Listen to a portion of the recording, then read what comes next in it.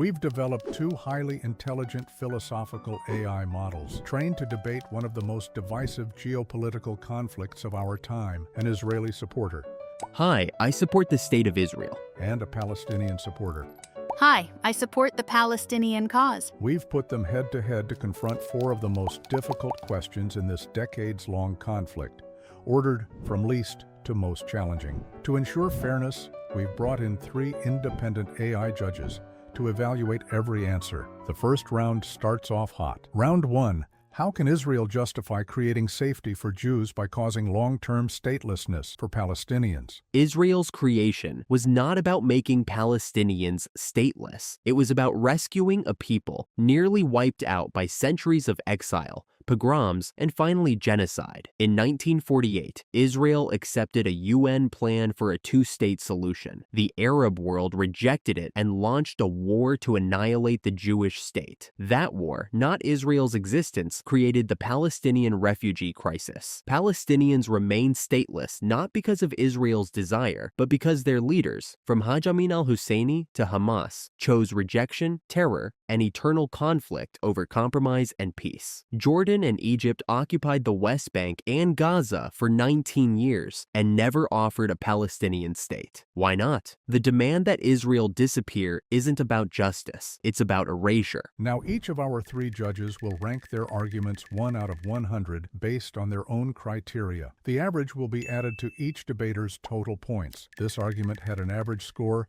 of 82 points. No, the erasure began in 1948, when over 750,000 Palestinians were expelled, not by war, but by design. Red Plan Dalet. Look at Deir Yassin. Look at Lid, Ramleh, Tantura. Entire villages wiped off the map. Zionism wasn't about coexistence. It was about replacement. A state built not alongside, but atop the ruins of another people's home. The UN plan you revere handed over more than half of Palestine to a settler minority. And when Palestinians refused to consent to their own dispossession, you call it rejectionism. What twisted morality blames the robbed for resisting the robbery? Jordan and Egypt never colonized. They administered, but Israel annexed, settled, and caged. It is Israel that made statelessness a weapon, bureaucratically, militarily, and ideologically. Don't preach peace when every hand Palestinians extended was crushed. Don't demand recognition from the grave.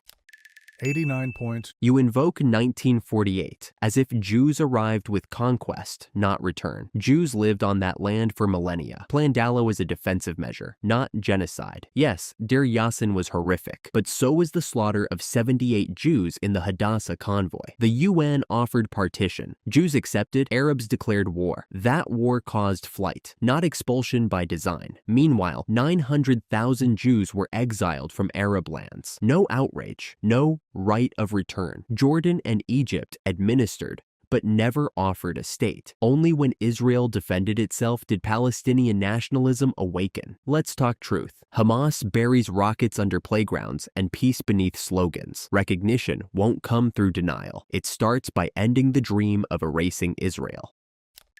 83 points. Jews lived in Palestine, but Zionism didn't come to live beside Palestinians. It came to replace them. Plan Dalet wasn't defense. It was premeditated cleansing. Deir Yassin wasn't a battlefield. Lid and Ramleh weren't accidents. And the flight of Palestinians wasn't war's chaos. It was war's purpose. You invoke Jewish refugees from Arab lands. Yes, their pain is real. But don't use it to justify ours. We didn't exile them. Israel did. In its quest for Jewish supremacy, it traded justice for domination. Palestinian nationalism didn't start with Hamas. It was born the day the Nakba began. Peace begins when truth is spoken. And the truth is, Israel didn't just defend itself, it dispossessed a nation.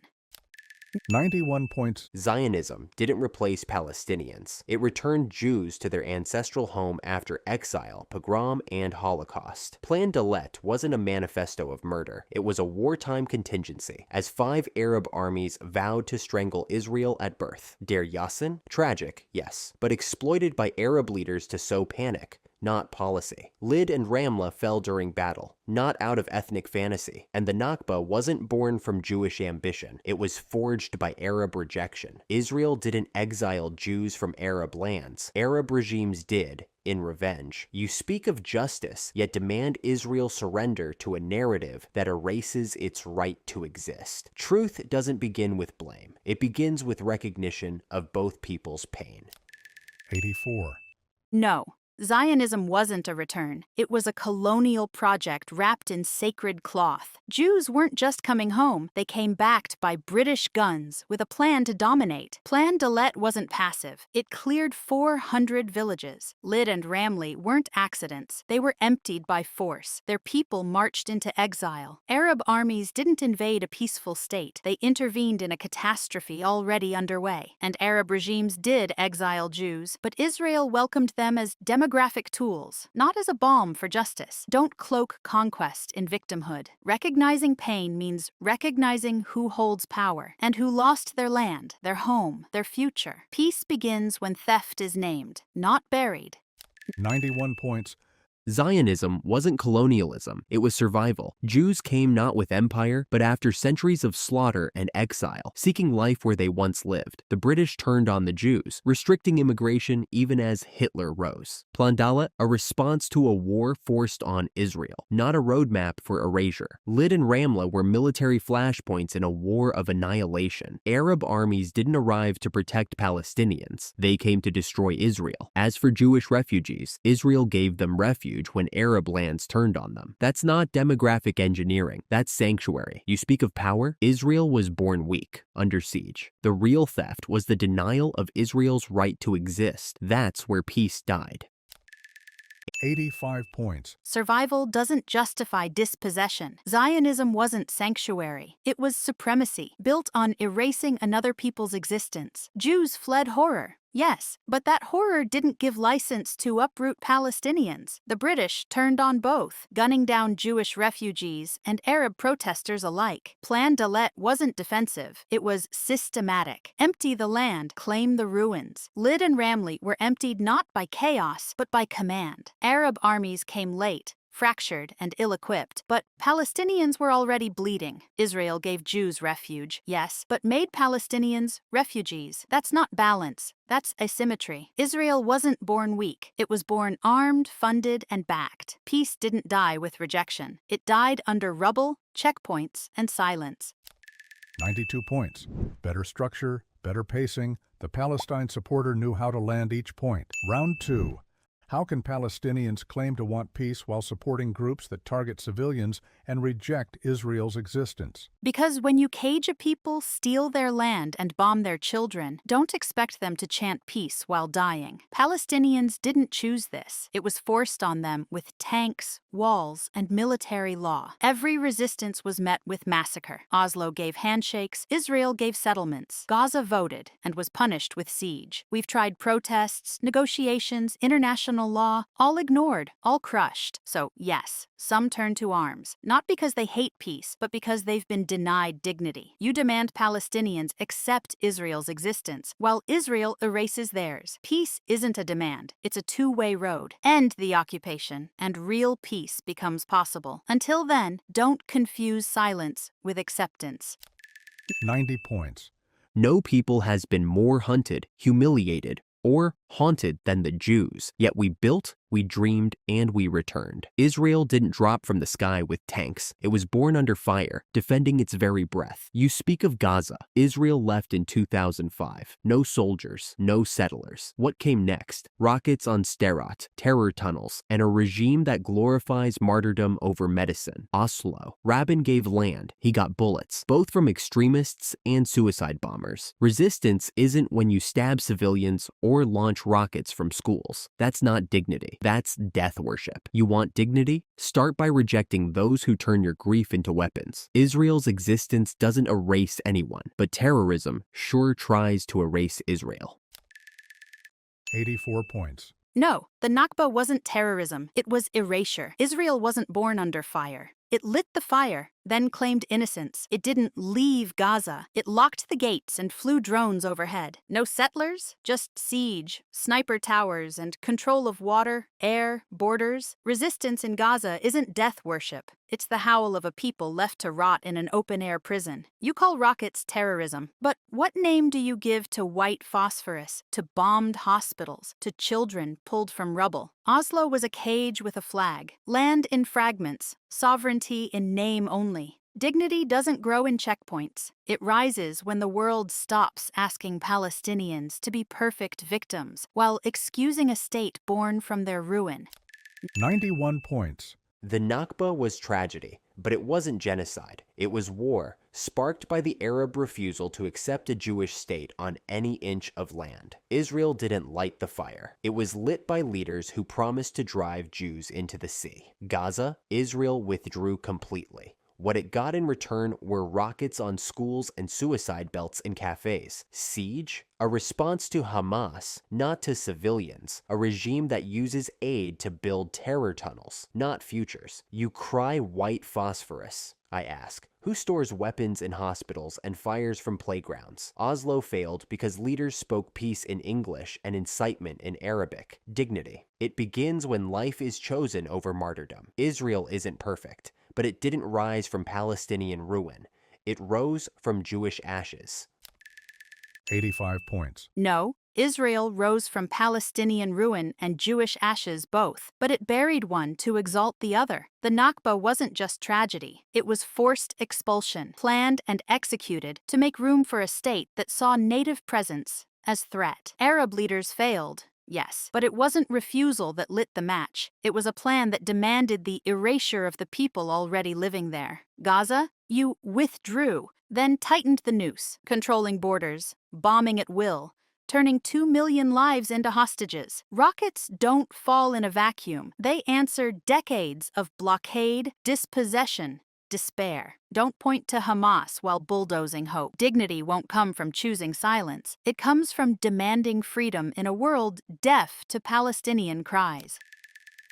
91 points. Israel rose from both ruin and resilience, but not at the cost of erasing Palestinians by design. The Nakba was real, but it wasn't a master plan. It was the fallout of war unleashed when Arab states chose destruction over coexistence. Yes, Palestinians suffered, but so did 900,000 Jews expelled from Arab lands, absorbed with no global campaign, no UNRWA, no return demanded. Gaza's blockade began after Hamas took power and made war its charter. Borders aren't sealed out of cruelty. They're closed to stop rockets, not rice. You call resistance dignity, but what dignity targets buses and nurseries? What justice fires from rooftops where children sleep? Peace won't grow through grievance alone. It demands the courage to reject the cult of victimhood and face the mirror of mutual pain.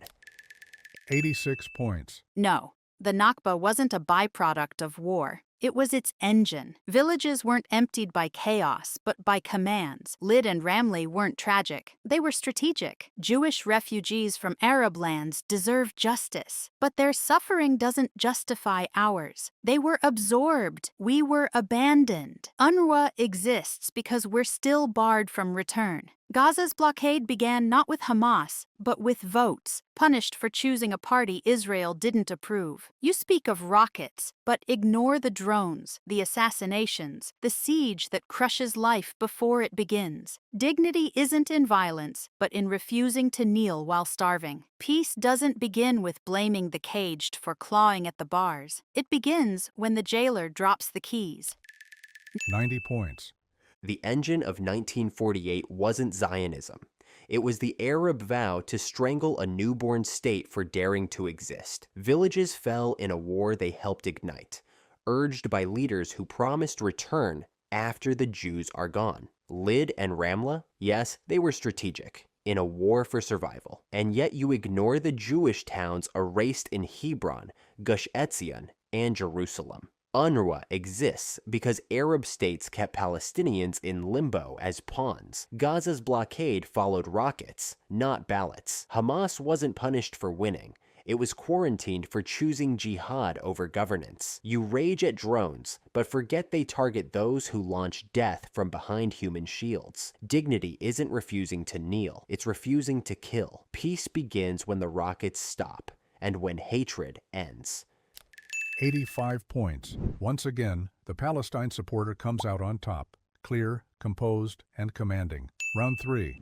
How is Israel both a democracy and a Jewish state while ruling over millions without equal rights? Because Israel is a democracy for its citizens. Jews and Arabs alike vote, serve in parliament, sit on the Supreme Court. The millions without equal rights, they're not citizens. They're subjects of a prolonged war their own leaders perpetuate. Gaza is ruled by Hamas. The West Bank, the PA rejected statehood more than once. Citizenship isn't granted to those still at war with the state's existence. You want equality? Then start with recognition. You cannot demand full rights from a country you vowed to destroy. Israel is a Jewish state because Jews need one safe homeland, and we won't apologize for ensuring it survives. 84 points. A democracy that rules millions without rights is not a democracy. It's apartheid with elections. Palestinian citizens of Israel live under surveillance, land theft, and second-class laws. But in the West Bank and Gaza, we don't even get that mask. Just walls, raids, checkpoints, and siege. This isn't about Hamas or the PA. It's about a people denied nationhood, return, and dignity for 76 years. Recognition? We've recognized Israel's existence. Oslo, Arab Peace Initiative. But what we never get in return is recognition of our right to exist, free, equal, and whole. Israel calls itself Jewish and democratic, but one identity survives by suffocating the other. Safety for one people cannot mean subjugation of another. That's not survival, it's supremacy. 91 points. You cry apartheid, but Israel isn't South Africa. Arab citizens vote, hold office, and sit in its courts. That's not second class. That's shared citizenship in a state built for Jewish survival. The West Bank, it's not annexed. It's disputed territory under interim agreements, stalled not by checkpoints, but by terror and rejection. Gaza, Israel left. Hamas chose rockets over reconciliation. Recognition, Oslo was a start. But what followed? Intifadas, suicide bombers, and a charter vowing Israel's destruction. You want to be whole, yet refuse to accept Israel as whole. A Jewish state doesn't erase others, but it won't dissolve to appease those who glorify its destruction. Peace isn't suffocated by Jewish identity. It's strangled by those who weaponize victimhood to mask vengeance. 84 points. No, Israel is not South Africa, but the system reeks of the same rot. One people ruling another without consent, without rights, without mercy. Arab citizens may vote, but they watch their villages unrecognized, their homes demolished, their loyalty questioned. In the West Bank, disputed is a lie. It's occupied, seized, settled. Gaza? Left, then locked. You can't withdraw a boot and keep it on the throat. Oslo was a trap. Promises dangled while land was carved. Bypass roads paved and settlements doubled. Recognition was met with walls. Intifadas weren't born from hatred. They rose from hopelessness. You call it vengeance. We call it memory. The right to resist doesn't vanish because your oppressor claims democracy. Peace won't come by demanding we accept our own disappearance. 91 points. Israel's democracy isn't perfect. No nation at war for its survival ever is. But it is not built on supremacy. Arab citizens serve as judges, diplomats, even generals. Yes, inequality exists, but so does representation. That's not apartheid. That's a country under fire, grappling with existential threats. The West Bank is not sovereign Palestinian land. It's a battlefield frozen by decades of refusal. Gaza, Israel left, fully, and got rockets in return. You speak of resistance, but when resistance means buses blown apart and families murdered in their beds, it's not memory. It's bloodlust. Settlements didn't cause terrorism. Terrorism justified security barriers. Peace has been offered. Again and again. What's never offered in return? Acceptance. Until that comes, don't talk about boots. Talk about the hand that keeps slapping away every extended one. 86 points. Democracy under occupation is a contradiction, not a defense. Arab citizens may serve, but never equally. Their towns lack funding. Their schools are segregated. Their loyalty constantly questioned. In the West Bank, it's not frozen. It's carved up daily by walls, permits, settler roads, and military raids. Gaza? Israel left with drones circling and ports sealed. It's a prison, not independence. You call resistance bloodlust, but ignore the terror of checkpoints, home demolitions, sniper fire. One child's scream doesn't matter more than another's. Peace isn't offered when it demands surrender. Acceptance? Palestinians have extended hands. They were met with bulldozers. This isn't about rejecting peace. It's about rejecting a peace that asks us to live as shadows on our own land. 91 points. Democracy isn't erased by imperfection, especially not when it exists in a state under siege. Arab citizens in Israel have faced challenges, yes, but they also have rights, courts, votes, and voices. Not shadows, not silence. In the West Bank, the painful reality stems from a conflict never resolved because every Israeli withdrawal has been met with blood, not coexistence. Gaza is not occupied. It's blockaded because it became a launch pad for terror. And the rockets, the kidnappings, the murder of civilians, and the blockade can end. Resistance doesn't excuse targeting innocents. Bulldozers came after buses exploded. Peace that demands Israel disarm while terror is glorified is not peace. It's a trap. Real peace means two peoples, two truths, and one promise. No more graves. 85 points. No. Democracy is hollow when it rules millions who never chose it, who live under its guns, not its laws. Arab citizens in Israel vote, but they don't control the land stolen from their families or the policies that surveil their every move. The West Bank isn't a painful reality. It's apartheid in motion. Settlers roam free. Palestinians are caged by walls and permits. Gaza isn't just blockaded, it's starved, bombed, and denied life. Rockets don't fall in a vacuum. They rise from despair. You say bulldozers came after bombs, but who stole the land first? Who shattered the peace before it ever breathed? Real peace isn't two states under Israeli control. It's justice. It's return. It's a graveyard no longer growing. 91 points. One more round, one more win. The Palestine supporter stays dominant. Round 4. Why should the world support Palestinian statehood when their leadership is corrupt, divided, and undemocratic? Because a people's right to freedom isn't contingent on perfect leaders. Were Jews denied a homeland because of Zionist militias or internal divisions? Was South Africa told to wait for justice until Mandela replaced every corrupt official? No, Palestinians didn't choose their exile, their siege, or their occupation. Those were imposed. Leadership may be flawed, but the cause is righteous: to live free on our land, not beneath another's boot. You don't deny a prisoner release because he shouts too loudly. You free him because the cage is wrong. Corruption is a symptom of statelessness, not its justification. Support Palestinian statehood not because we are perfect, but because we are human, and humans deserve liberation. 90 points. Liberation isn't earned by shouting louder. It's earned by choosing life over blood. Yes, Palestinians are human, but so are Israelis. Jews who rose from ghettos, gas chambers, and graves to build one refuge. You say exile was imposed. I say war was chosen, again and again. Israel didn't create statelessness. Rejectionism did. Had Palestinians accepted partition, they'd have had a state since 1948. Instead, every hand extended was met with a fist. You call the boot Israeli, but forget the bombs, stabbings, and massacres that made defense a necessity. Freedom can't be built on a dream that requires Israel to vanish. Support a Palestinian state? Yes, but only one that lives beside Israel, not atop its ashes. 85 points. No, liberation isn't granted through obedience to the victor's terms. Palestinians didn't choose war. They chose not to vanish quietly. 1948 wasn't rejection. It was resistance to a plan that made them strangers in their own land. Partition wasn't peace. It was a map drawn without consent, offering sovereignty to one and exile to the other. And what of the massacres before statehood, before the rockets, before Hamas, Deir Yassin, Tantura, Saf-saf. Were they defense too? You demand we accept Israel's permanence while denying our right to return, to be whole, to be free. We don't seek Israel's ashes. We seek our roots, buried beneath its foundations. Real peace is not built on forgetting. It begins with truth.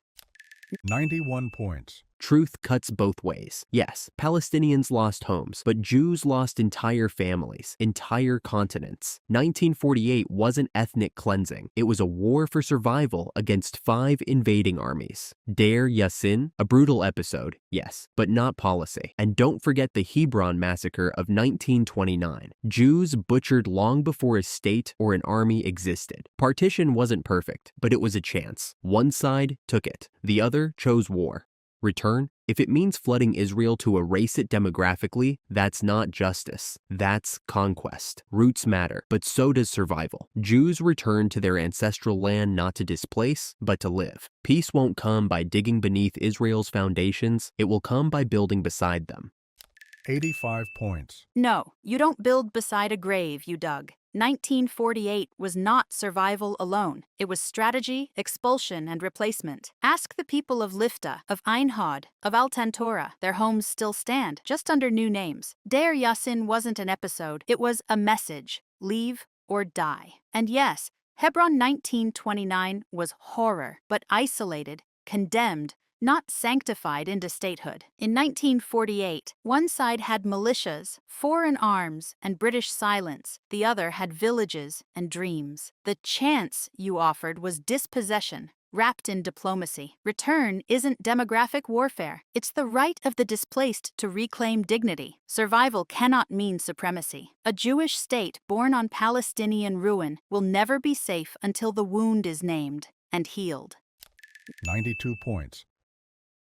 The wound exists, but it cuts in both directions. Lifta, Tantura, Ein Hod. Yes, scars of war. But so are Kfar Etzion, Hadassah, the Jews of Hebron and Jerusalem, driven out before a state was born. Deir Yassin was twisted into terror by both sides, but it didn't define a national doctrine. 1948 wasn't conquest. It was Jews fighting annihilation with everything they had after the world watched them burn in silence. The British didn't bless Zionism. They betrayed it, choking immigration as Hitler rose. Return as a mass demand isn't justice. It's erasure by numbers. You call it dignity. Israel hears its death. A Jewish state can't survive as a refugee camp for 1948. Peace doesn't come by unmaking Israel. It comes when both peoples stop seeking redemption through the other's disappearance.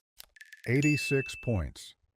And yet, Israel was made by disappearing Palestine, not by accident, but by design. For every Kfar Etzion, there are hundreds of destroyed villages, names erased, cemeteries paved. You invoke Jewish suffering. And yes, it is real, immense, unspeakable, but survival after genocide doesn't grant the right to uproot another people. The Nakba wasn't the price of peace. It was the condition for your state. The British betrayed everyone. Arabs, too. Carving promises in smoke. Return isn't erasure. It's repair. It's not about throwing Jews into the sea. It's about pulling Palestinians from the shadows. A Jewish state that demands exclusivity cannot offer equality. Peace isn't made by protecting foundations built on bones. It's made by honoring the buried and returning what was stolen. 92 points. Palestine wasn't disappeared. It was divided, offered statehood, and led into war by leaders who chose pride over coexistence. Israel didn't rise by chance. It rose because Jews had nowhere else left to run. Every nation has blood in its soil, but only Israel is told its birth is illegitimate because it survived. The Nakba was tragic, but it wasn't planned genocide. It was war, brutal and bloody, sparked by rejection, not premeditation. Yes, villages fell, but so did Jewish towns, synagogues, and homes across the Arab world. Return, if it means ending Israel's Jewish majority, is not repair, it's reversal. Peace can't mean undoing one people's refuge to rebuild another's. It means compromise, recognition, 2 states, not one dream devouring the other. That's not forgetting the buried. That's refusing to bury more. 85 points. And just like that, The Palestine supporter seals a clean sweep. 4 rounds, 4 wins. We hope you found this debate as thought-provoking as we did. This channel is built to push AI to its limits. So as AI evolves, these debates will only get more interesting. So subscribe and stay tuned.